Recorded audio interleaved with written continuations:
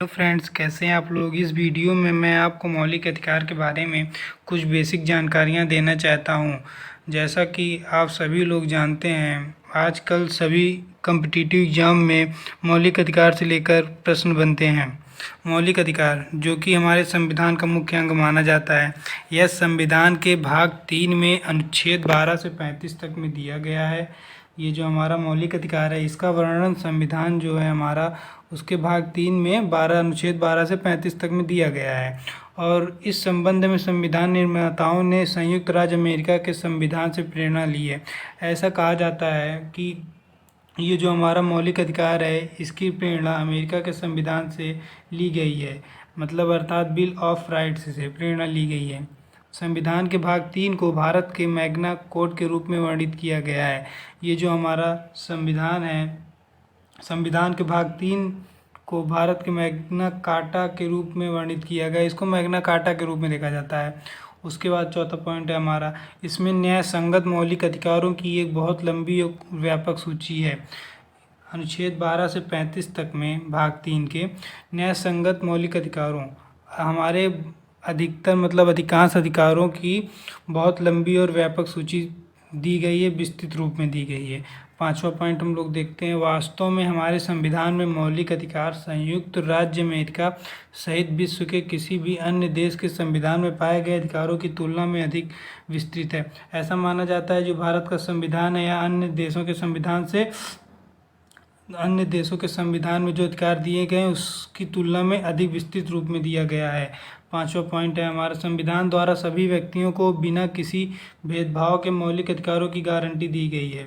जो हमारे संविधान में मौलिक अधिकार दिया गया है या किसी भेदभाव के मतलब सभी लोग मौलिक अधिकार को अपना सकते हैं।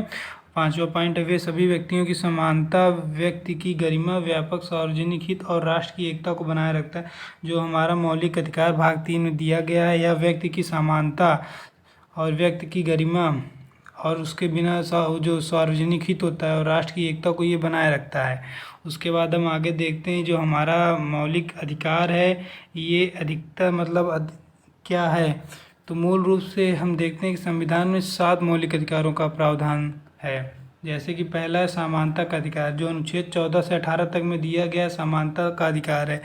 उसके बाद अनुच्छेद 19 से 22 में हमारा स्वतंत्रता का अधिकार है। अनुच्छेद 19 से लेकर 22 तक में हमारे स्वतंत्रता का अधिकार है कि हम सभी लोग पूर्ण रूप से स्वतंत्र हैं कुछ भी करने के लिए। उसके बाद हमारा अगला है शोषण के विरुद्ध अधिकार, जो कि हमारा अनुच्छेद 23 से 24 में दिया गया है कि अगर हमारा शोषण है उसके विरुद्ध मतलब अधिकार है। उसके बाद हमारा अगला अधिकार है धर्म की स्वतंत्रता का अधिकार, जो कि अनुच्छेद 25 से 28 में दिया गया है। उसके बाद सांस्कृतिक और शैक्षिक अधिकार है, जो कि अनुच्छेद 29 से 30 में दिया गया है। ये हमारा सांस्कृतिक और शैक्षिक अधिकार होता है। उसके बाद हमारा अगला अधिकार है अनुच्छेद 31 में, जो कि संपत्ति का अधिकार है कि हमारा संपत्ति पर हमारा भी अधिकार हो सकता है। उसके बाद हमारा आखिरी अधिकार है अनुच्छेद 32 में, जो कि हमारा संवैधानिक उपचार का अधिकार है। ऐसा माना जाता है कि जो हमारा संपत्ति का अधिकार है वो 44वें संशोधन जो कि 1978 में हुआ था, उसको मौलिक अधिकारों की सूची से हटा दिया गया था। इस प्रकार हम यह देख सकते हैं कि जो हमारा भारतीय संविधान है अनुच्छेद 12 से 35 तक में भाग 3 का, उसमें मौलिक अधिकारों का विस्तृत वर्णन दिया गया है। इस तरह की हम मतलब कि हमारे क्या अधिकार होते हैं, मतलब कि संविधान में जो दिया गया है उन अधिकारों को जानना हमें बेहद आवश्यक है। आशा करता हूँ आपको वीडियो अच्छा लगा हो। अगर वीडियो अच्छा लगा हो तो लाइक करें, शेयर करें, सब्सक्राइब करें। धन्यवाद।